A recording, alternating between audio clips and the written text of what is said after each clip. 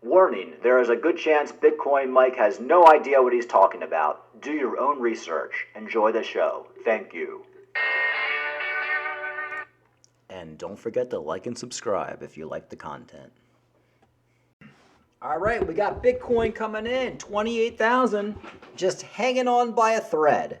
Barely hanging on. But look, we've been here for the last week, so same old, same old. Nothing too new today.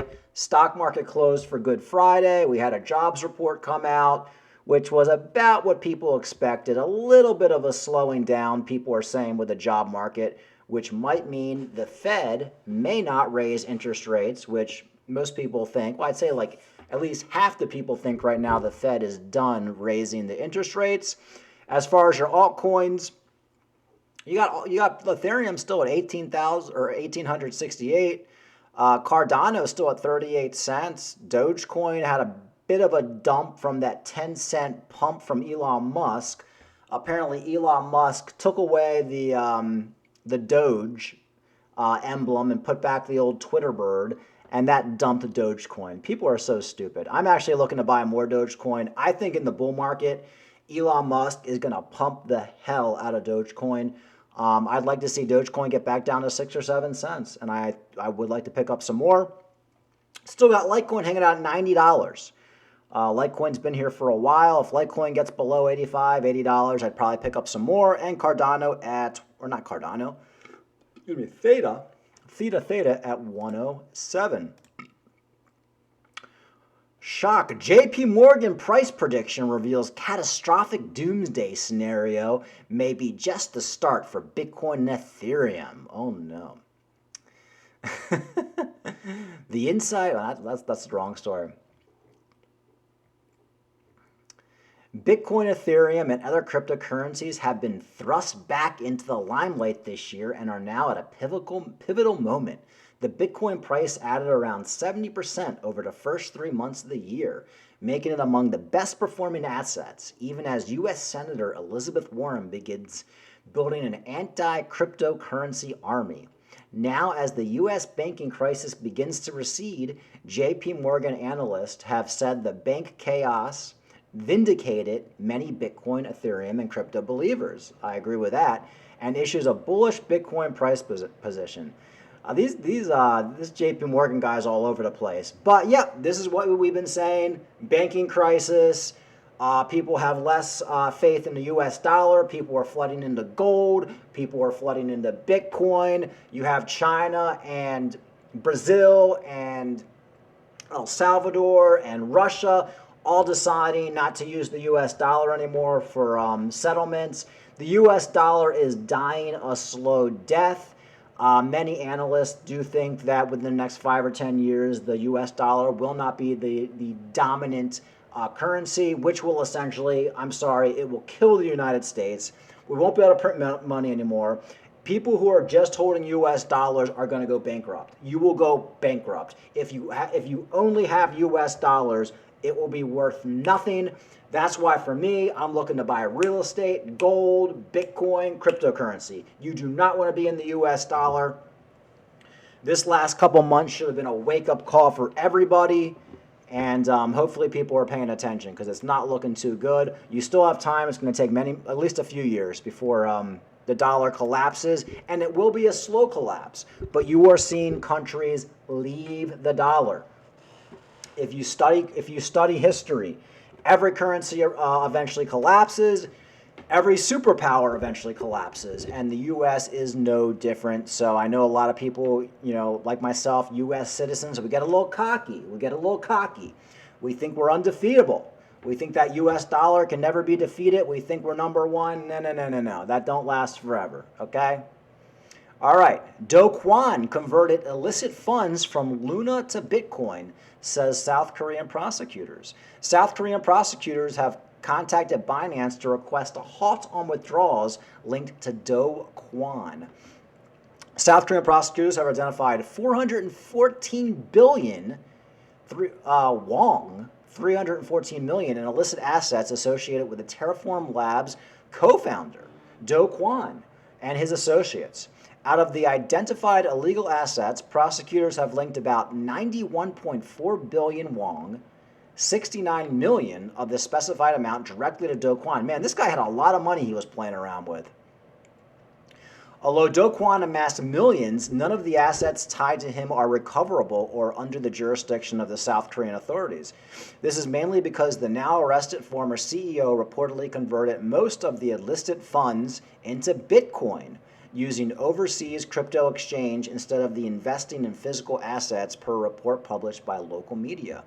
Early investigations into the Terra collapse by the United States Securities Exchange Commission revealed that Do Kwon siphoned nearly $100 million worth of Bitcoin from Terra post-collapse. In another repost, based on an SEC interview with Terraform Labs, published in South Korea, Do Kwon was accused of siphoning $80 million a month before the collapse. You know, Do Kwon, I think he could have gotten away with it. You know, these guys always get too cocky. Like, he got caught in an airport and he was using a fake passport. All he had to probably do was, like, 6 months ago, go to some weird third world country. Like, go to some island. I mean, the guy's got $1 billion. Or let's say he has $100 million. Like, he can do whatever he wants. He can change his identity. He could dye his hair blonde, turn into a white guy. Like, he could do anything. Like, I would have just gone to, like, some weird island somewhere and just lived on that island and just, like, paid cash for everything. You got your crypto and just, like, fallen off the radar. Because a lot of people weren't even thinking about him, especially after the whole Sam Bankman-Fried thing. But he had to go to an airport with fake fucking documents, and, of course, he got too cocky, and now I think just like Sam Bankman-Fried, he's probably going to spend the rest of his life in jail, but we shall see.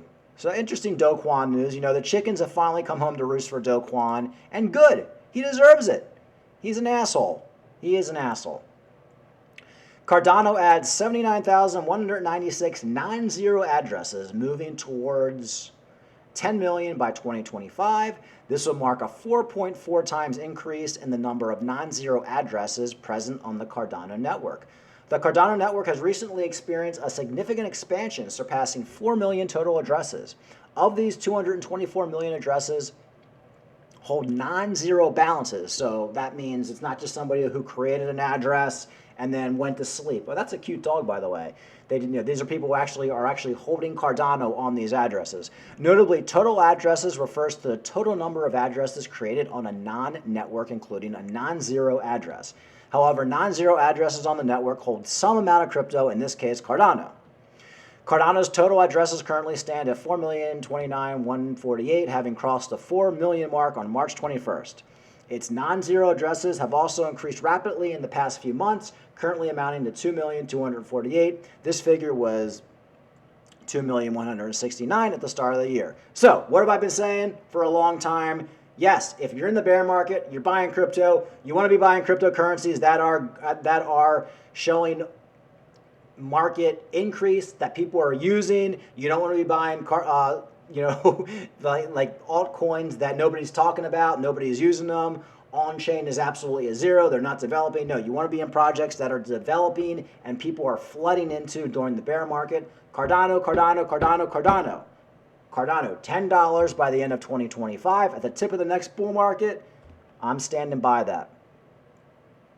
The number of Cardano holders is growing despite the bear market. In the past, this has always been a sign of an adoption explosion in another bull market. If you examine the start over a long period of time, you will find that Cardano is growing at a meteoric pace. What is that word? Meteoric pace. Man, that's an interesting word. Okay, so Cardano, what else do we got going on? I do love my Cardano. Already talked about the job growth numbers. Pretty much what people expected, but a little bit lower. That means that the Fed will probably, we're probably done with the interest rates. We might have one more 0.25, but I think we're probably pretty much done with it. And I think Bitcoin is going to benefit. And Data Dash, you still got Data Dash. He is still bearish. A warning to Bitcoin investors: the real reason Bitcoin is still in a bear market. Look at these videos, folks. Can you imagine? Ever since 15,000, I like picking on Data Dash. Ever since 15,000, this guy's been telling people not to buy crypto. See, this is what I hate about crypto. anybody can be a crypto YouTuber, no matter how wrong you are. It's not like when you're in a financial analyst market. Like if you're a financial analyst and you take people's money and you give people advice and your advice sucks, you're going to get fired. Like JP Morgan is not going to keep you. You're going to get a bad reputation, and then you'll probably have to get a job working at a bank or something where, you're not giving any financial advice. Guys like Data Dash and so many others like him can just give bad advice for years and years and years, and they still have all these views. So the crypto market is just so different than everything else. People don't care. Results don't matter. You can be like BitBoy promoting scam for years. You can be Crypto Banter promoting leverage trading for years and giving people bad advice, telling them to buy Luna, UST, or whatever. You can be shilling scams like PAM token, like BitBoy was doing, or giving bad advice like this guy, and it just doesn't matter. And it does go to show that a lot of people in the crypto market are just in the market for hype videos, and they want to be told what they want to hear. So basically, everybody watching Data Dash right now, they're people who did not buy, and they're praying for a crash. Like they're hoping Bitcoin goes down to 10,000. They're hoping Bitcoin goes back down to 15,000 because they were holding out for lower prices. So he's getting all those views right now. They're not watching me because I'm telling those people they're idiots. Or BitBoy, on the other hand, is getting the people who say, oh my God, we're going into a bull market next year. So it kind of gets split down the middle. It's kind of human psychology. People are just being told what they want to hear. Data Dash is telling the bears what they want to hear. And guys like BitBoy and Crypto Banter and all these other guys are telling the bulls what they want to hear, or George from Cryptos R Us. And me, here I am in the middle, basically just trying to be honest with everybody. But that's how it goes. I do think that $15,000 Bitcoin will never happen again at this point. I just don't see it. I don't see us going back down to 15,000 because you have the Bitcoin halving coming up now in 11 months. So could we get a flash crash in a couple months and we go from 28,000 down to 15,000 again? Something crazy happens. It could, but if it doesn't matter. By the end of the year, I think we're going to be over $40,000. And I think there's like a 90% chance now that $15,000 was the bottom for Bitcoin. You missed it. If you missed it, you missed it. You still got a chance to buy some of these altcoins, but I know a lot of you guys out there probably won't. But there are still some deals on Litecoin. Remember, Litecoin was $40 when Bitcoin was $15,000. It's double now, over double. Cardano was 23 cents. It's almost double. Everything's almost double. Dogecoin was 4 or 5 cents. XRP was 25 cents. Everything's doubled. Everything's doubled. So the people waiting for lower prices, you have to understand most of your altcoins have doubled in price since you've been waiting. And Bitcoin has also doubled in price. So if you want to keep waiting, keep waiting. You shouldn't be all in. You should definitely have money on the side. Cost average in, but it does look like that low was in a couple months ago. All right, folks, like and subscribe. Talk to you later.